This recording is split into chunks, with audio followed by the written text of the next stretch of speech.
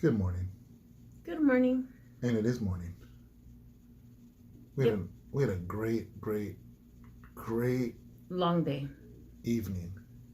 And all long day, man. It was awesome. It was really good. It's great. Estuvo muy bueno. Yeah. Yeah, it was really good. So it's 1 a.m, guys. You understand why, obviously. Oh. What? I'm grabbing my phone. Why? Because I like show and tell. Oh, give me water. Oh my God.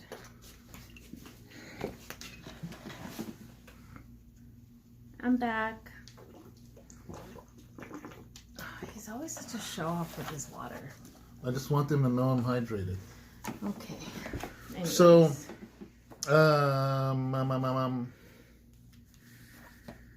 yeah. So, Ow. Why do you say ow? Because it fell on my toe. Oh. My phone fell on my toe. Yeah, so today was day 1 of the conference. Yeah. And before we go into the story, I want to play. Can I just do that? Just throw in the 3 minutes now? That way I could do that in editing in the beginning of the video. Are you going to remember? Yeah. Are you sure? So guys, this is, I'm literally, it's a little bit like less than 1 minute of before conference, 1 minute of worship, and 1 minute of Pastor Larry, who's the Vice President of Grace International, who's a great friend of ours. Because he's so cool. The Vice President of all Grace International, I found out, I keep saying we have 3,500 churches. It's 3,800 now. 3,800 now. We've grown 300 churches since last conference. Yeah, that's pretty worldwide. Cool. So, but the Vice President of Grace International, Pastor Larry, who you're going to see preach, is actually 30 minutes away from us in Livermore. Yeah, he's a really cool guy. Yeah. So, guys, here's the clips. All right, we got here a little early to the conference. Brother Al, Sister Lydia are going to be licensed today.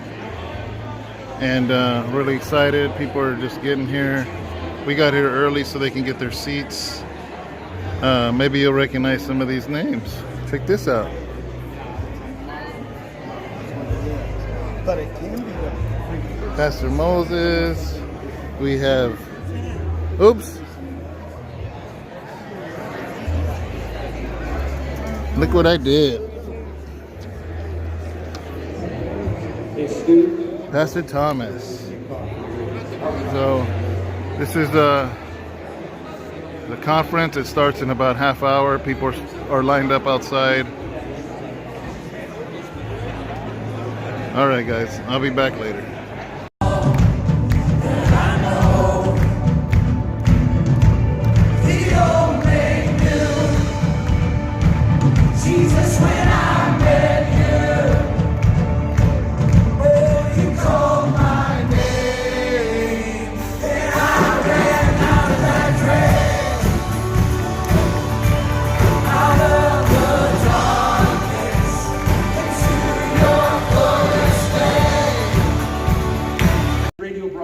in the northwestern United States. And they were great friends. It was Dr. Brock that sent the Articles of Incorporation for the Bible Broadcasting Association to Dr. Harms so he could frame out what would become the California Evangelistic Association.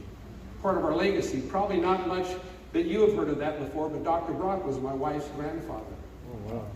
Though they never became a part legally of the CEA, it's part of our legacy. People who had a heart to reach the world for Jesus. That's who the Harms were. I remember Clarence Harms. Some of you might remember him. What a mild man. What a wonderful man to follow. And yet we still see, resonant in all of those Harms men, a desire to see people come to know Jesus Christ. A desire to do what they could to find people who would follow that call and develop that call. Brother O.C. Harms, and some of you are much more familiar with him than I am. But what he would do is this. If you had two legs, you were called to preach. I think that's how it went. Okay, we're back. So Yeah, so let's backtrack now that you kind of saw what the conference was like. Man, today you want to talk, what did we do today, babe?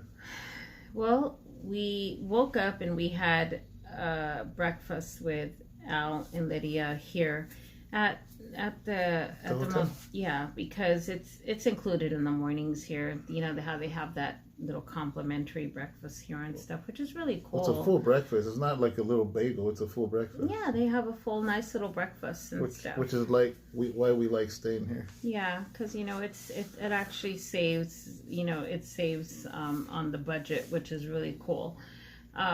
So we had breakfast, and as soon as we had breakfast, we told Al and Lydia that we were going to meet with Johnny and Diana as well, and we were all going to take a little drive over to San Diego.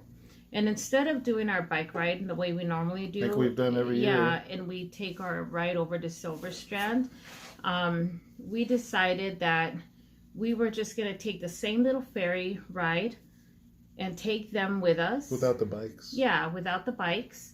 And we were just going to go have a lunch over there. So we did. We went on the ferry ride. And we decided to go all the way over there. And it was a really beautiful day. It was really, really nice, you guys. But it was the most funniest, craziest thing. And we joked about it all day. And I think it's going to be the craziest joke, for us. Because, we can have Burger King, Kentucky Fried Chicken. We can have all of that stuff here all the time, right? What do you mean here? We're Oceanside. Well, yeah, that's what I mean. Oh. Like, we can have it here, we can have it anywhere, right? Because that's something we can find all the time. Well, we ended up going all the way over there, and we were walking around looking for somewhere to eat, and we said we were going to go have lunch over there. Well, you would think that we would take a ferry ride to a really nice, beautiful place. It was called Coronado Island. And we were like, oh, we were so excited and everything just to go have Kentucky Fried Chicken. I don't think it's an island, though. Well, it's called Coronado. It's called Coronado Island, though. I don't think so. Yes, it is. Is it? Yes. Oh. It's called Coronado Island. In case it's where the Navy SEALs train. So if you ever watch any Navy SEAL documentary and they're like with those logs by the beach, that's Coronado. You can actually, when we do our bike rides, we actually see the SEALs training. Yeah. We didn't go by there this time because we didn't have our bikes, But anyways, so we were kind of like, oh man, we got to do this all over again, because it's like we went through all of that just to go sit down at KFC, really? Yeah. When we could have sat down at a nice little place to have a nice little lunch and everything. We're all like, no. So I decided to take a piece of the chicken, one of the biscuits, and everything, and I put it on a nice little napkin, and I took a little nice picture, and I call it chicken a la grilled or chicken a la fried or something, but besides that, we just had so much fun in fellowship. We cracked up, we laughed, we took some amazing fun pictures, and we just laughed so hard today that our stomachs were hurting at Your stomach was hurting. Not just mine, a lot of ours. But anyways, yeah, my stomach is still hurting. I feel like I've done 100 push-ups today. From laughing? From laughing so much, my stomach hurts. So we had a nice day in San Diego. Mm-hmm. Took the ferry ride, went to Coronado, took the ferry ride back, drove back up, got ready, and then we went to the conference, which was beautiful. Al and Lydia were formally recognized as licensed pastors of Grace International. And it was really, really nice, and it was nice to see them and how excited they were and how much it meant to them. Oh, we went to Chicano Park. Oh, yeah, we went to Chicano Park. Yeah, that's real cool. And then we took a ride in the trolley, you guys. You guys want to see? Look, the girls took a ride in the trolley. You see that? See, the girls took a ride in the trolley. There we go. We look like little silly gooses in that little weird trolley.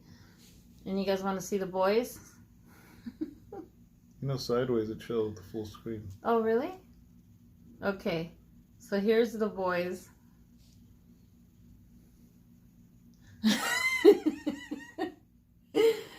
There's the boys.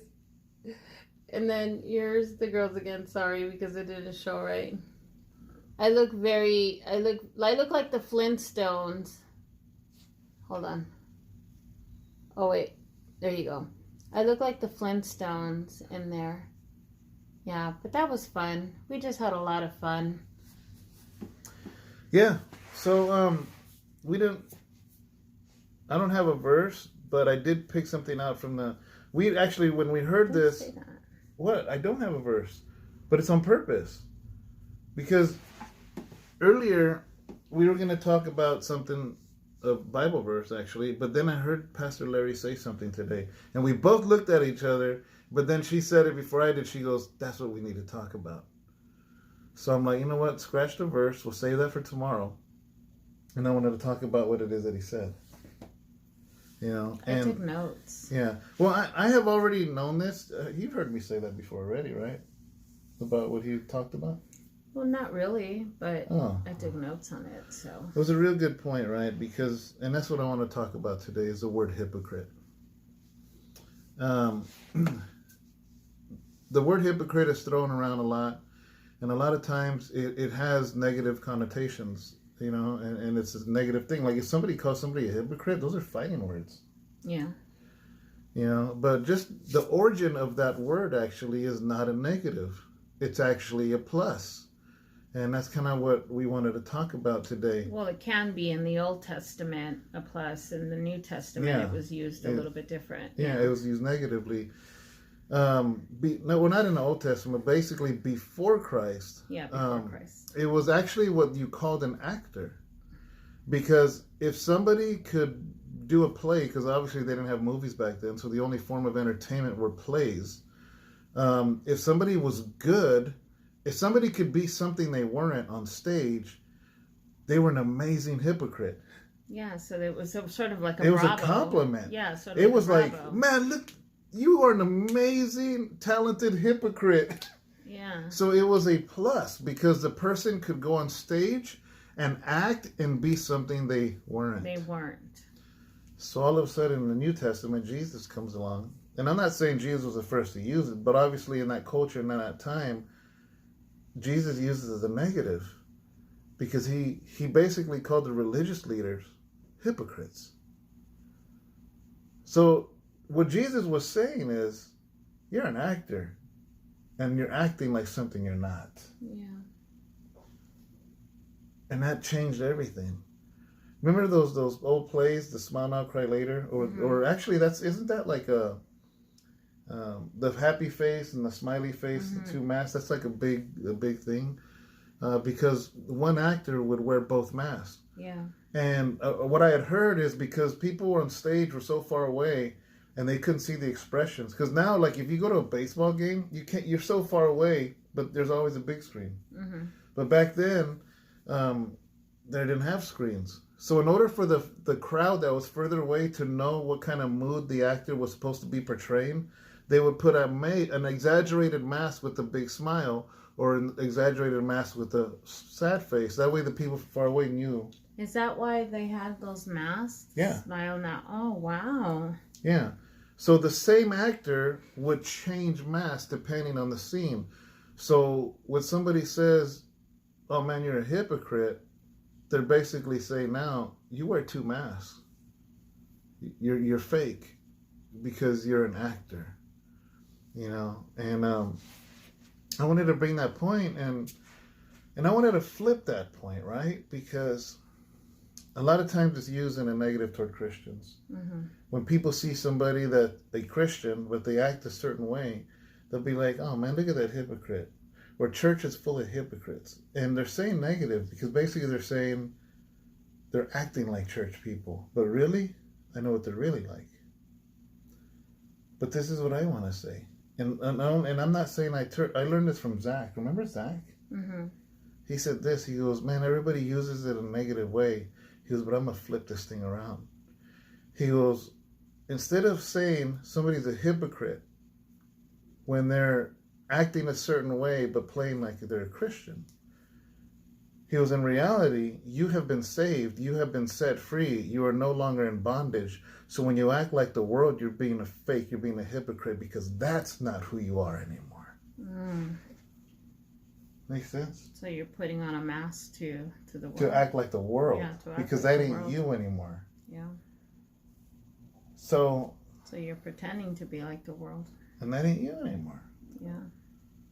You know, and I just thought it was a really good point that he brought up. I wish I could just upload his whole sermon. I thought it was an amazing sermon.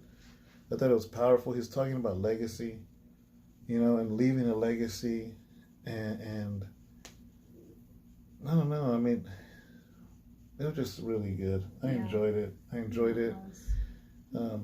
The motto, I think, or the motto, or what is it called, of the year conference is legacy. This whole year, what they want to focus on, their main focus is on leaving a legacy, and what it was is about it's about the link in the chain, you know, and leaving that legacy and building a legacy. And what kind of legacy are we gonna leave? Where are we in that chain, in that link, you know, and who are we in that link, in that chain? And it's so important because... Explain the chain, because they don't know what you're talking about. The chain, which is... explain to them, though. Well, what's a chain? A chain is something that interlocks, you know? Yeah, like different rings. Yeah, linked. the different locks, a chain, you know, how it interlocks. And it's important that we understand the important role that we play in a chain because of how it interlocks and where in that chain we fit in. And you know, he showed a demonstration because he actually brought out a metal chain, and he showed the beginning of the chain, which represented the history. People that have served God before you. Yeah, before us, that had left the legacy.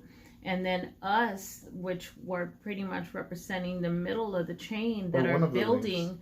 Yeah, one of the links that are building the legacy. And then you have pretty much the end of the chain, which are the generations to come. And we're actually building the legacy for the generations to come. And those are the links that are going to interlock with, you know, with our links, you know, because we are the ones that are going to be linking up with them. So it was just a really nice little demonstration. I know it kind of seems like a very simple demonstration, but it made sense when you know, you heard his sermon tonight. And it does make sense because, you know, a chain interlocks, and our lives interlock the moment that we begin to plant those seeds, you know, because as, you know, a vine, you've talked about the vine before, you know, and the vine grows and it interlocks as well, you know. You know, in the bigger picture, I like to think that the first link of the chain is Jesus. Absolutely. The next chain links after that are the apostles. And then the apostles taught people, and those are the next links of the chain. So there's a long chain that started from Jesus all the way to us. Yeah. And there's going to be more links after us. So it's a legacy. What is it we're leaving behind? You know, what kind of legacy do you want to leave to your children? You know, and the generations, like you said, you know? Yeah. I'm going to get up again. Why do you keep leaving me? Because I want to share notes. I'm just going to stare at you guys till she comes back. Say something. No. Actually, I'm going to hydrate. Why don't you say something? You should be saying something. Something. Yeah, guys, so it's all about legacy. What kind of legacy are we leaving? What are we leaving behind? What kind of, in your chain of your family, you know, I was talking to my daughter last night, and I've often told her, my daughter is, State University. She's studying to be a registered nurse. She's on her last year of her bachelor's. And she wants to go forward after that. And I told her I'm really proud of her. And I said, and I told her before, I didn't say it last night, but I said, this is a big deal because you come from a family of migrant farm workers. Your great grandma and grandpa worked in the fields, and your grandma and grandpa worked in the fields. And the life I've lived, I said, so when you are accomplishing it and accomplishing what it is you're doing, it's on the backs of people that have sweat and worked hard and suffered, so there's a legacy there, that there's a link, there's chains, and we do the same thing in the Lord. There are people that lost their lives because of Jesus, persecuted because of Jesus, ridiculed because of Jesus, rejected because of Jesus. So we should never come into this thing nonchalantly, And Yeah, I like that it says you'll never leave a legacy unless you live a legacy. That's good. Yeah, and that was that really stood out to me. Yeah, and that is so true. It's like you can't leave one unless you live one. Yeah. And this really stood out to me too, that he says that this was a quote from Maxwell. It's like the first step to becoming smart is to know what you're dumb at. Yeah, that was so good. I was like, it's so true. Unless we're dumb at something, we'll never know how smart we are. Yeah. And it's almost like saying you'll never know how good you're at something until you fail at it. Because in order to become good, you got to fail first. Because there has to be opposition. And without opposition, you can't build character. And a lot of the times we think that we got to go out in life and we just got to be good at something. The thing is that no, we're not going to be just good at something. There's always going to be opposition. And you have to face opposition in life. And that's the thing. When you go out into the sea, you're swimming against the current. It's like try to go out and swim. It's the current is coming towards. So you're going to swim against it. And that's the thing that life, you're always going to be going against something, because if it comes too easy and there's no opposition, there's going to be no resistance. So if there's no resistance, you're not going to grow.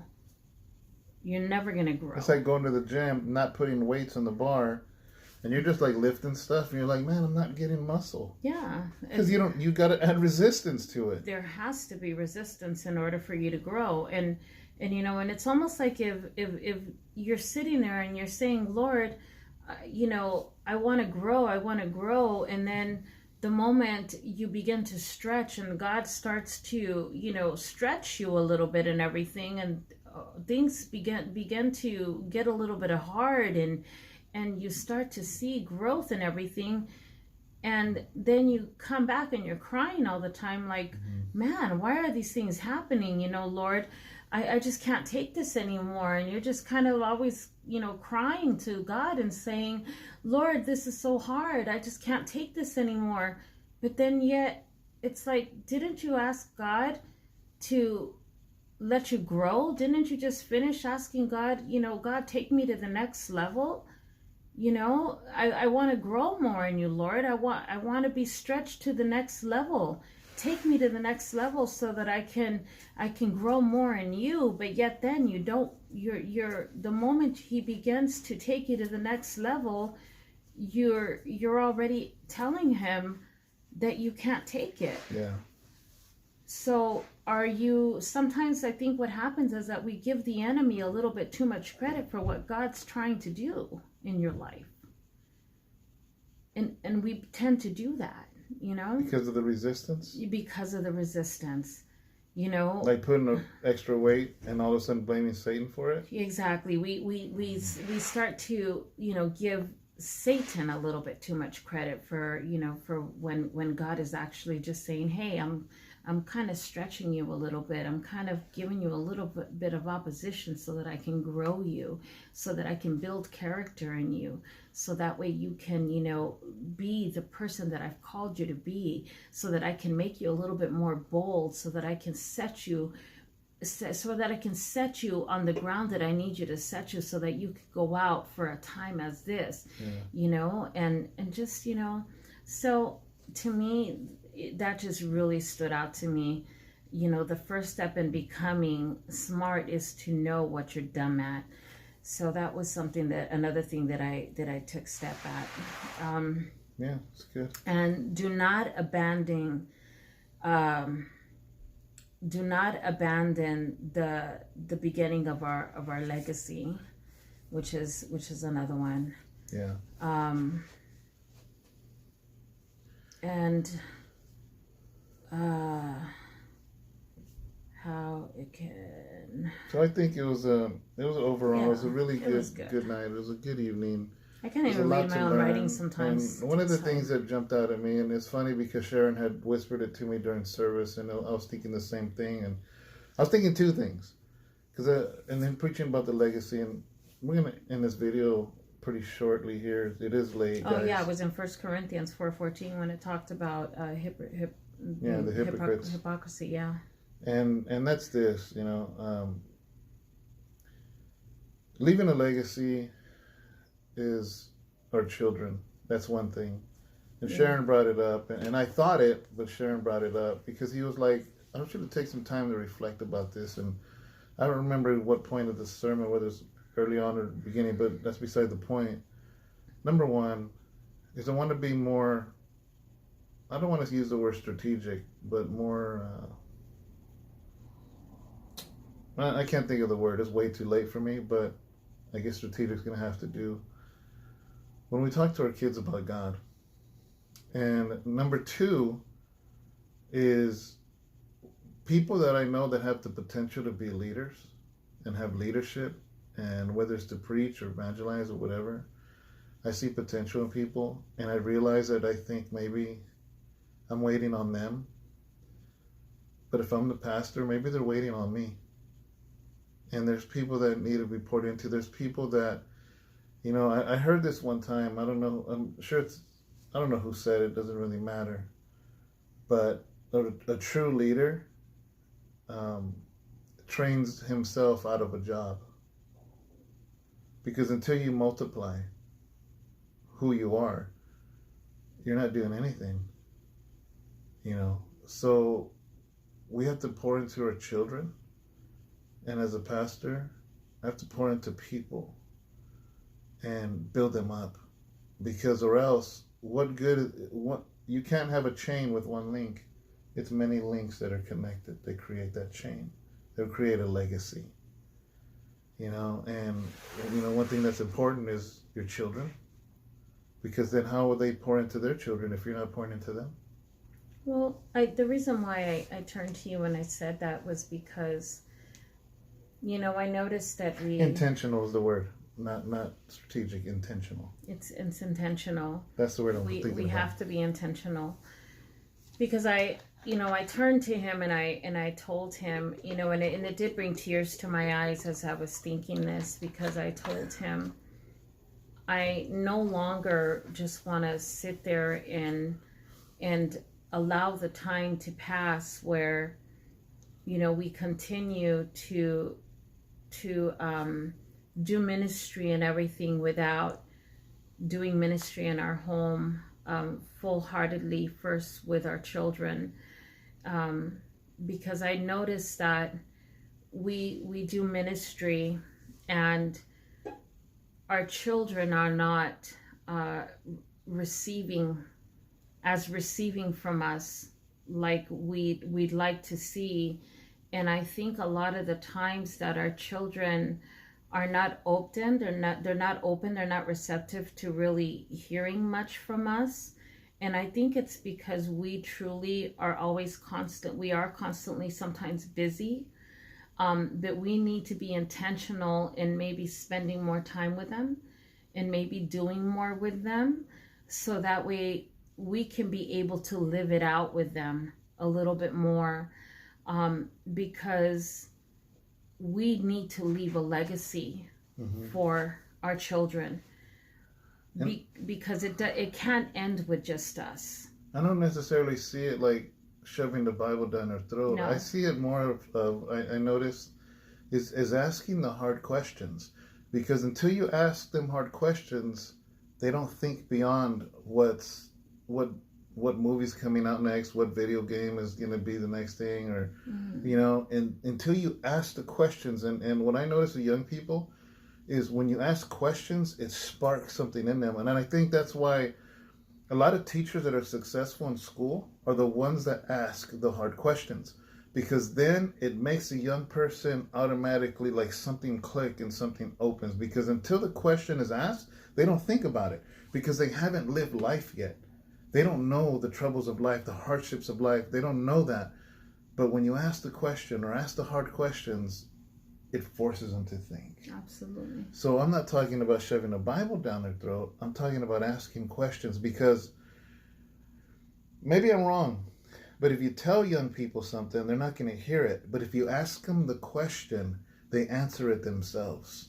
Because if they're smart kids, they're going to come to the conclusion of the answer you would have gave, but because you gave it, they don't hear it. But when they answer the question, they come to the same conclusion, you know. So anyways, I don't know if that's way too much. That's just the way I'm thinking. But well, it's true, because it made me think of, you know, the other day when I told you that I was having a conversation with my son, and I just happened to, you know, in conversation, I was saying something, and he was saying, "Hey, Mom, you know, why don't you, you know, get Abraham enrolled into college already, get that started, that process, you know?" And I said, okay, yeah, I'm going to get that done. I'm going to get the FAFSA done and get his financial aid going. And we were just talking about Abraham, about his little brother who is 17 years old. And my older son is 29. And he says, yeah, maybe if you didn't do so much of church. He threw that at me. And, you know, my kids were raised in church. My kids were raised in ministry, you know. But when he said that, and he knows that we do full-time ministry, but yet then, you know, he kind of threw that, I sensed something. And that's where I told him, I said, do you think that I'm focusing too much on ministry? And he says, well, you know, you can maybe just not do too much of this. And I said, well, do you think that I'm putting God before my children? And he says, well, sometimes you can put that aside. I said, I can never put God aside. You know that God comes first before anything. You know, I had to explain to my son, you know, never, because even before him, before myself, before anything, that God is going to come first, you know. And he had to recollect his thoughts, and he said, like, well, you know what? Yeah, you're right, Mom. You know, he's like, how can I even think that, you know? And he's like, you're right, you know. And even today when I messaged him, you know, I had to remind him and tell him, you know, I love you, son. You know, Mom's been praying for you. You know, I've been praying for you for this, for that. And he messaged me back and he said, thank you, Mom. He goes, I can really use that. I love you. You know, I need to remind him that it's because of God that I have hope and faith for them. Yeah. That I can stand in prayer for my children and seek God's guidance and love for them. And I can stand in the gap for them. And I'm the one that is constantly praying for my children and standing for them, you know? And I have to be the one to remind them sometimes. Yeah. And that's what I mean. And that's why I turned to you today. And I was just like, man, we have to be the ones that have to be the ones to leave the legacy for them. It was important to me. Yeah. And that's why, because I don't want our children to ever have to question us as to why we're doing what we're doing, because they have to know. They have to just know why we do what we do, you know? Mm-hmm. They have to know it and just trust. It's important for me. So Makes sense. investing in our children, for them to know that that God comes first in our family, and they should have the same desires. They should have the same love.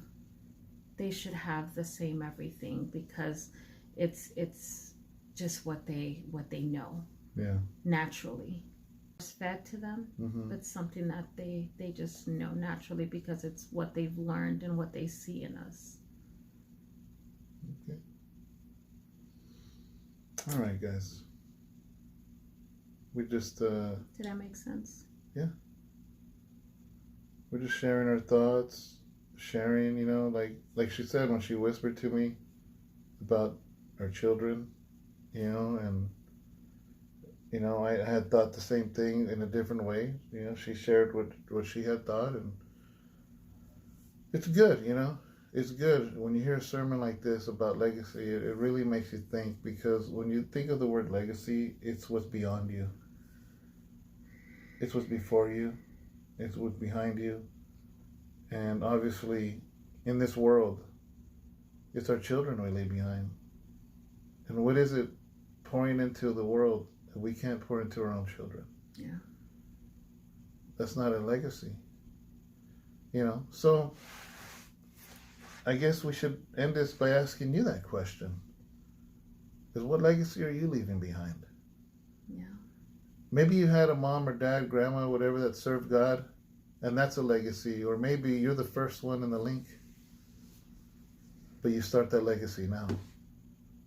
And that way your children can be the second link, and your children's children will be the third link, and so on. Yeah. You know, some of us are blessed to have a legacy in front of us. Some of us don't, but you started. So, all right, guys. All right. We're gonna have a good day, and we'll see you tomorrow. And what's tomorrow? Wednesday? That's Wednesday. Yeah. So there will be Bible study with Pastor Angel, my brother. But you know, obviously, we're not gonna have a live there because the phones are with us. You know, but those of you that are House of Rest, that do go to House of Rest, there is still Bible study. Regular time, 7 o'clock. Please, you know, still go. Don't think just because we're out here. There will still be Bible study, guys. So. Yep. Bye, guys. We love you guys. Bye. See you later. We're going to get some Z's while you guys wake up. How about that? All right. Bye. Bye.